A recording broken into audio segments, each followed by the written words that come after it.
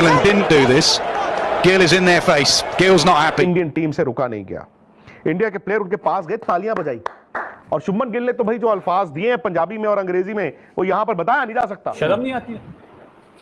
मतलब अपने ही घर में भीगी बिल्ली बने हुए, डरते डरपोक। इनसो जज्बाती हो गई भैंस की आंख। निबियों ने भाई साहब घर से बेलन उठा लिए हैं, इनके ऐसी की तैसी करौली की कमर पे बेलन मार के आएंगी सारी की सारी निबियां। भाई शुभमन गिल भी लाइक मेरा एल करे दूर दूर से खड़े होकर स्लेजिंग। मैं एक ही ओवर हो, शुभमन गिल ने जैक क्रॉली को लिटरली जलील कर दिया वहां पर बोल के तालियां बजा रहे शुभमन गिल के। वाह क्या तेरी करेज है। पहले शुभमन गिल बोलता है ग्रो सम बॉल्स के हट मत, खेल खड़े होके, और जैसे ही फिजियो को बुलाता है जैक क्रॉली तो इंग्लैंड डे 3 भाई, केएल राहुल भाई no doubt what a classy player. जब जरूरत थी उस बंदे की तब उस बंदे ने परफॉर्म किया है। और आज जो है लॉर्ड्स के मैदान के अंदर जैक क्रॉली और बेन डकेट भाई खौफ ज्यादा नजर आए। जिस तरह लास्ट ओवर की हीट मोमेंट हुई है भाई शुभमन गिल के दरमियान और भाई इंग्लैंड के बैट्समैन के दरमियान के, भाई कोई अपने अंदर दिल गुर्दा लेके आओ, टाइम वेस्ट ना करो, खेल के दिखाओ। जसप्रीत बुमराह से आज बिल्कुल जो है वो डरे हुए नजर आए। नॉर्मल था and all that. Jack Crawley ने तो साइड पे होकर मुंह पीछे कर लिया ना, फिर वो उधर से शुभमन गिल आ गया, शुभमन गिल ने उसको कुछ यूं किया है।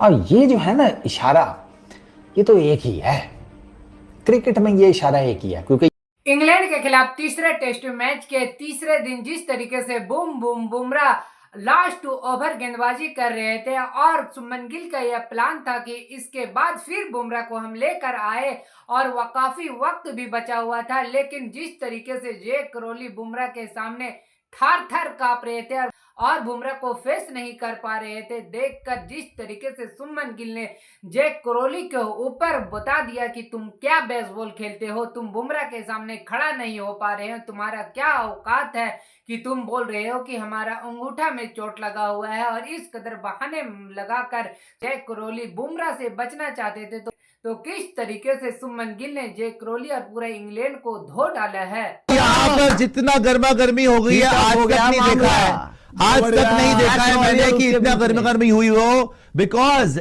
ये लोग टाइम वेस्ट कर रहे थे और इंडिया को बोल रहे थे कि भैया मेरे हाथ पे लग गई है, मैंने फिजियो को बुला लिया ताकि आज के दिन में एक ही ओवर हो। शुभमन गिल ने जैक क्रॉली को लिटरली जलील कर दिया वहां पर बोल के तालियां बजा रहे शुभमन गिल के। वाह क्या तेरी करेज है। पहले शुभमन गिल बोलता है ग्रो सम बॉल्स के हट मत, खेल खड़े होके, और जैसे ही फिजियो को बुलाता है जैक क्रॉली तो शुभमन गिल आके ऐसे करते हैं, ऐसे करते हैं शुभमन गिल आके ऐसे ही किया है कि बेटा बताओ, पूरी टीम तालियां बजा रही है। इस तरीके से आ गया भाई उसके वहां पर आकर शुभमन गिल ने फिर जैक क्रॉली को उंगली भी दिखाई, जैक क्रॉली के साथ फेस टू फेस भी आए, फिर बेन डकेट के साथ फेस टू फेस आए।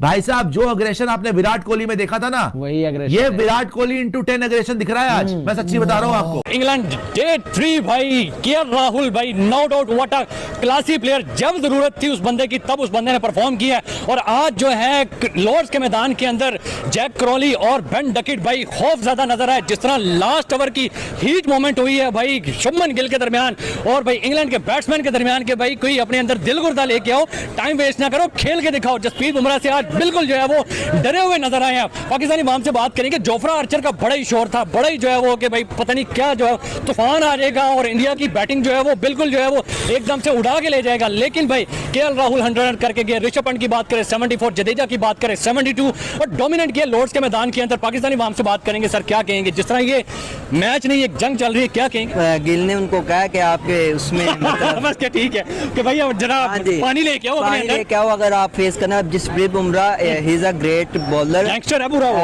और अभी के वक्त में वो नंबर 1 भी है उसकी। और इंडिया के बैटिंग की लाइन की बात करें तो वो भी काफी स्ट्रॉन्ग है। जो केएल राहुल ने परफॉर्मेंस दिया है, जो जडेजा ने किया, ऋषभ पंत ने किया, जो ने किया, इसमें कोई शक नहीं कि इंडिया की ऐसी टीम है कि बंदा वेट कर रहा होता है कि यार ये आउट हो तो कुछ बने, लेकिन उससे पीछे उससे भी बड़ा प्लेयर आ जाता है। आखिरी ओवर में शुभमन गिल जो इशारे कर रहा था ना जैक क्रॉली को, ऐसे रियलाइज हो रहा था कि वाकई आपने जो लफ्ज यूज किया ना जंग, ये वाकई जंग हो रही थी, कोई मैच मूच नहीं हो रहा था। इंग्लैंड वाले चाह रहे थे कि टाइम वेस्ट हो जाए, लेकिन ऊपर खौफ तारी था उनका जसप्रीत बुमराह के ऊपर भाई कि भाई किसी तरह टाइम गुजरे, हम निकले आज के दिन। हम किसी तरह उन्हें डर था कि आखिरी ओवर में कहीं हम 2-3 विकेट ना गवा बैठे हैं। अगर 2-3 विकेट गिर जाते तो ऑब्वियसली प्रेशर पे बिल्ड हो जाता, और नेक्स्ट डे जब फिर दोबारा आते साथ ही बुमराह ने अपना नए बॉल के साथ स्विंग करना था तो ऑब्वियसली उन्होंने 70-80 पे 100 पे ढेर हो जाना था।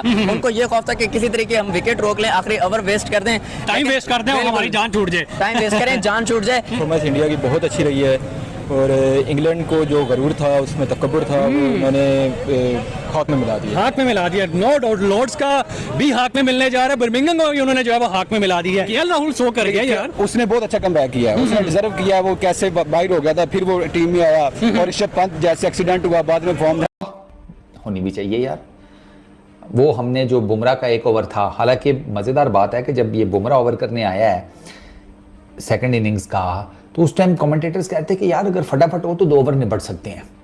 लेकिन फिर जैक क्रॉली को ना हुई कि नहीं, कुछ कंसंट्रेशन तोड़नी पड़ेगी, कोई पता नहीं यार, नया गेंद है, यू नेवर नो क्या करे बुमराह। तो वो फिर कभी पीछे हो रहा है, कभी बुमराह बॉल फेंकने के लिए लगे गया तो पीछे हो गया, उन्हीं साइड स्क्रीन पे कुछ है। वो बुमराह ने पीछे देखा, साइड स्क्रीन पे तो कोई मूवमेंट ही नहीं थी, सब बिल्कुल नॉर्मल था and all that. Jack Crawley ने तो साइड पे होकर मुंह पीछे कर लिया ना। फिर वो उधर से शुभमन गिल आ गया, शुभमन गिल ने उसको कुछ यूं किया। और ये जो है ना इशारा, ये तो एक ही है क्रिकेट में, ये इशारा एक ही है, क्योंकि ये तो हो नहीं सकता ना कि शुभमन गिल ने आधा किलो दाल ली है और वो कह रहा है जैक क्रॉली की दुकान पर खड़े होकर कि नहीं आधा किलो लग नहीं रही। ये तो नहीं हो सकता। लॉर्ड्स का क्रिकेट ग्राउंड है, जैक क्रॉली बैटर है, शुभमन गिल उसको कह रहा है, ये यही है कि गोटे टाइट करो ना, क्या हो गया है, परदादी नजर आ रही है तुम्हें साइड स्क्रीन के सामने, वो तो क्लियर कट नजर आ रहा है ना। शुभमन गिल उधर उसके साथ इंगेज हुआ है, वो सिराज भी आ जाता है। मैं तो, मुझे सिराज की सबसे ज्यादा हैरत होती है, सिराज क्या इनको कहता होगा, मतलब तुम्हें पता ही है ना, सिराज तो खुद कहता है कि यार इतनी लोगों की हिंदी जैसे कहते हैं स्ट्रांग नहीं होती जितनी स्ट्रांग मेरी इंग्लिश है। तो वो सिराज भाई क्या कहते होंगे, कोई सिराज भी लगा हुआ था कुछ ना कुछ, वो मेरा ख्याल है यही कह रहा होगा, वो जो उनके उधर कहा जाता है बैंगन के बाल, और क्या कह रहा होगा।